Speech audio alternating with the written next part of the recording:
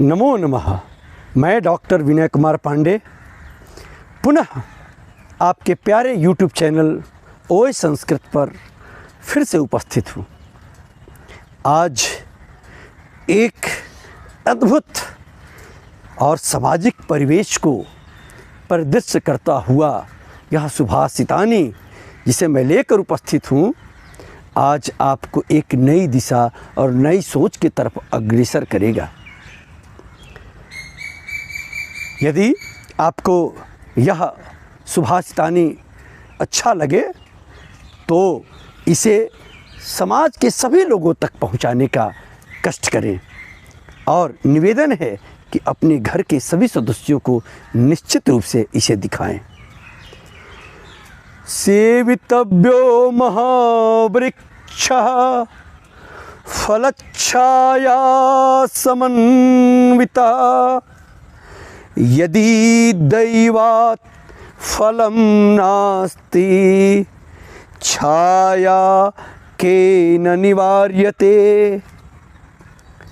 सरलार्थ है, एक महावृक्ष की सदा सेवा करनी चाहिए। उसको पुष्पित पल्लवित होने तक उसकी देखभाल करनी चाहिए, क्योंकि वह फल और छाया से युक्त होता है।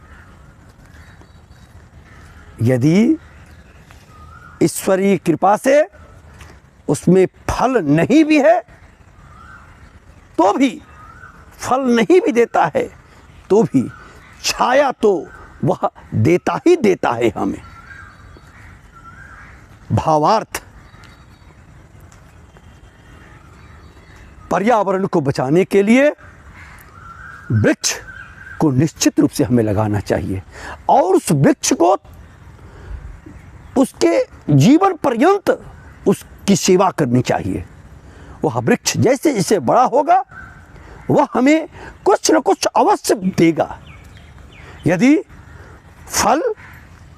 फलदार वृक्ष है तो फल तो देंगे ही देंगे समय पर, यदि नहीं तो वो पुष्प देंगे। यदि फल और पुष्प भी नहीं है तो निश्चित रूप से कोई न कोई औषधीय गुण होगा।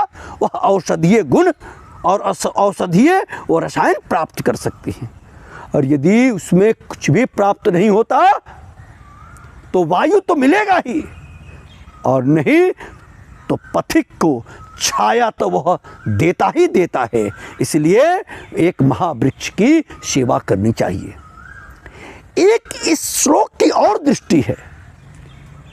हमारे बड़े बूढ़े, हमारे माता पिता उसी महावृक्ष की तरह होते हैं।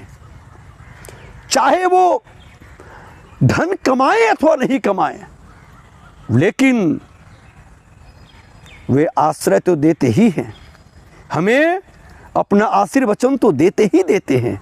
इसलिए, और यदि वो धन कमाते भी हैं तो भी उससे हमें लाभान्वित करते हैं, और यदि वो अवकाश प्राप्त कर गए तो जीवन पर्यंत उन्होंने हमें बहुत कुछ दिया है। अवकाश प्राप्त होने के बाद हमें अपना मार्गदर्शन देंगे और वह मार्गदर्शन रूपी छाया निश्चित रूप से हमें जीवन पर्यंत मिलता रहे। इसके लिए ऐसे महावृक्ष रूपी माता पिता की निरंतर सेवा करनी चाहिए। यही आज का संदेश है। हम सभी समाज के लोगों के लिए इसे अपनाएं और ऐसे वीडियो देखने के लिए निश्चित रूप से इस चैनल को सब्सक्राइब करें, लाइक करें और शेयर करें। जय तो संस्कृतम, जय तो भारतम।